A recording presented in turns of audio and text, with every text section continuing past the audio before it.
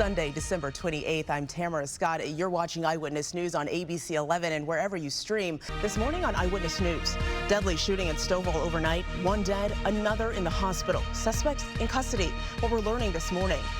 A deadly shooting is under investigation in Stovall overnight. The sheriff's office says one person died. A second victim was taken to Duke Hospital. And now to a heartbreaking story. A Henderson family is coping with the loss of a beloved mother who died on Christmas Eve. New details into an armed robbery that led to an officer-involved shooting in Rocky Mount. Police now say the investigation centers around a 42-year-old man. We were talking about if you got a new pickleball set for Christmas, maybe this is a good day to go out. I thought you were telling me that I got a pickleball. I didn't get no pickleball set. I know somebody did, though. If you are a high school basketball team playing in a holiday tournament, it's pretty normal occurrence. But if you're a high school basketball team with an invite to the play in the John Wall tournament, you must be pretty special. Ukraine's President Zelensky says he's meeting with President Trump tomorrow to finalize a draft peace deal with Russia. I spent the last 2 weeks binging the first 2 seasons of Tell Me Lies, and if you haven't yet, you still have time. Welcome back. We are counting down to Dick Clark's New Year's Rockin' Eve with host Ryan Seacrest, and this year's event will feature the largest concert lineup in the show's history. How long does the tree stay up for, though? That's the question. I leave mine up for an absurd amount of time. February? Maybe a little bit of March. I just like to keep the joy. Yeah. What is it? Taylor Swift, Travis Kelce got engaged. Yeah. It's basically sports. No, I'm just kidding. It was a good year for sports. At US 421 and NC 902 here. Starting next week, drivers on NC 902 will be redirected into turning right.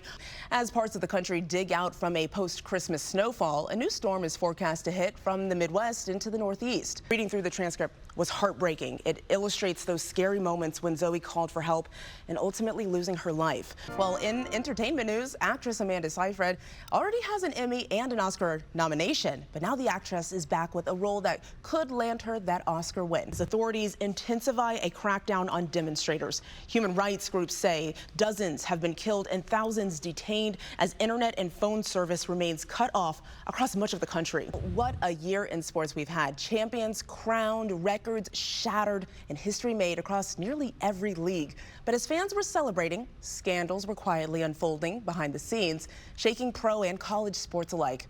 ABC's Christiane Cordero takes us through the biggest triumphs and the controversies that defined this year in sports. This is ABC 11 Eyewitness News. And we are getting a live look at the downtown Durham skyline there. Looking a little foggy this morning, but I know that it's warm as well. Good morning, Carolina. It's Saturday, January 10th. I'm Tamara Scott. You're watching Eyewitness News now on ABC 11 and wherever you stream. The top stories and all of the day's news is just ahead. But first, we do have to check in with meteorologist Steve Stewart because it is warmer outside than typically we would expect for January. Not even close. Yeah, we typically will start around freezing, and we're starting in the low 60s. Ooh, so man. Yeah, more on that coming up in a few minutes. Tamara? Thank you, Steve. Well, for the second night in a row, protesters gathered at the CCB Plaza in Durham before marching through the streets, condemning this week's 2 shootings involving federal immigration agents. Our crew on the ground, walking with the group, saw them lighting off fireworks in the street, holding up signs and chanting. Durham police say minor property damage was reported. At this time, no arrests have been made. And this morning, new questions about the use of force by federal agents after a deadly shooting of a Minneapolis woman. The newly obtained video recorded by the ICE agent himself is now at the center of a federal investigation. As protests spread from Minneapolis to Portland, Oregon, here's ABC's Johnny Fernandez. For the first time, ABC News, New York. Meanwhile, the American military has boarded another oil tanker in the Caribbean, the 5th ship targeted in the Trump administration's effort to stop Venezuelan-linked oil shipments. The operation was carried out before dawn by U.S. Marines and Navy personnel, part of a months-long buildup of American forces in the region. The U.S. Southern Command says there is no safe haven for criminals as the administration continues to track and control the distribution of Venezuela's oil products. Now, that operation comes as President Trump meets with oil executives. He's trying to persuade them to invest in Venezuela's massive reserves. Sources with inside knowledge say companies want to ensure a return on their investment. They say the executives want to ensure rule of law to keep their employees and equipment safe. Other demands include political stability, the lifting of sanctions, and financial guarantees. Sources say oil executives want Trump to provide a clear strategy for achieving those goals. And protests in Iran are nearing the 2-week mark as authorities intensify a crackdown on demonstrators. Human rights groups say dozens have been killed and thousands detained as internet and phone service remains cut off across much of the country. With Tehran warning protesters could face execution, opposition figures are now calling for a nationwide strike.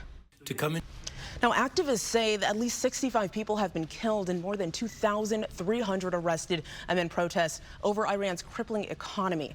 Authorities have imposed a nationwide internet blackout, which residents say may be fueling more anger. President Trump and Secretary of State Marco Rubio have voiced support for protesters, while Iran's supreme leader blames the U.S. for stirring unrest. I've made the statement very strongly. Well, now to your morning health check. Here in North Carolina, a measles hotline and vaccination clinic have been established in Buncombe County to help prevent the spread of a highly contagious disease. Currently, there are 3 confirmed cases in the county, with more than 24 individuals potentially exposed. Public health officials have also been actively reaching out to those who may have been exposed at Mission Hospital's Biltmore Avenue Emergency Department on January 4th.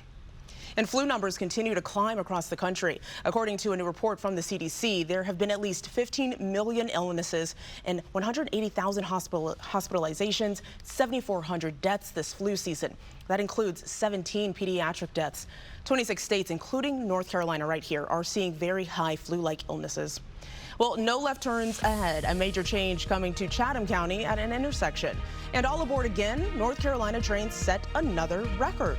Plus, a Broadway voice at Bank of America Stadium. Who's singing the anthem today? But first, good morning, Steve. Good morning, Tamara. Good morning, everybody.